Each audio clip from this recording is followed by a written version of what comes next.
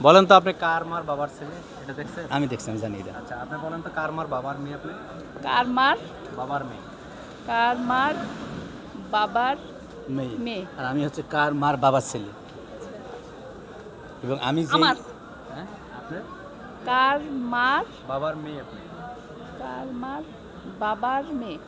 আপনি কার মার বাবার মেয়ে, আর আমি হচ্ছে কার মার বাবার ছেলে। ভাইয়া কুলু না দিলে আমি কুলি দিচ্ছি। 14 বছর পরে আমি যেই কারণে আসা, এবং আমি আপনার স্যাড নিউজটা বলবো, আমি যে আজকে আসছি 14 বছর পরে, এই এই আপনি যেই প্রশ্ন করেছেন অ্যান্সারটা সেইটাই। কার মার কার মার কার মার কি যেন বাবার প্রশ্ন? ছেলে বাবার মেয়ে। বাবার মেয়ে আপনি, আর বাবার ছেলে আমি। বাবার আমার বোনের বা ভাইয়ের বোনের বা ভাই? বাবার মেয়ে। হ্যাঁ, শিওর? শিওর। লাগ। আপনি বলেন আপনি কার মার বাবার ছেলে? আমি আমার ভাগ্নের মার বাপের ছেলে। ভাগ্নে মানে আমি আমার 29-30 বছরের একটা ভাগ্নে আচ্ছা আচ্ছা গত হ্যাঁ, এই তো মার্চে না এপ্রিলে, হ্যাঁ। এপ্রিলের 7 তারিখে মারা গেছে। 29 বছর বয়স, তার একটা বেবি আছে। তা আমি 14 বছর তার কারণেই আমার আশা আছে। ওহো। এই জন্য বলছি, হ্যাঁ, হ্যাঁ, হ্যাঁ, খুবই দুঃখজনক ঘটনা। 29-30 বছর মাত্র 5 করে চাকরি বাকরি খুঁজতেছে। তার ওয়াইফ ডাক্তার, মানে হসপিটালে জব করে, তার 3 বছরের একটা বেবি আছে। এবং তার বাবার মায়ের ওই একটাই সন্তান, মানে একটাই ছিল। তা আমার বড় আপা একটু অ্যাবনর্মাল মতো হয়ে গেছে।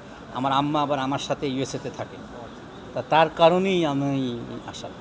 এটা আমার জন্য খুবই একটা স্যাড। আচ্ছা, আসলে আমরা হ্যাঁ। একটা হাসির প্রোগ্রাম করতে যাই করতে না না কিন্তু আমি ওইটাই বললাম যে আমি আজকে 14 বছর পরে আসছি, শুধু ওর কারণেই আসছি।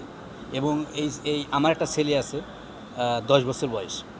তা আমি যখন এখানে থাকতাম, এবং ওর আমি পড়াশোনা, আমার ছেলে 10 বছর বয়স। তা হচ্ছে আমি ওই ছেলেটাকে আমি মানুষ করেছি, মানে সে আমার একদম আমার ছেলের মতো, এবং আর চেহারা ছবি দেখতে শুনতেই একদম আমার মতোই। এবং আমি তার অর্থনৈতিক যেইগুলো সব আমি দিয়ে তাকে বড় করেছি। কিন্তু যেই সময়টা সে এস্টাবলিশড হবে, সেই সময়টাই সে জি সেটাই পরপারে ভালো থাকুক, এই দোয়া করি।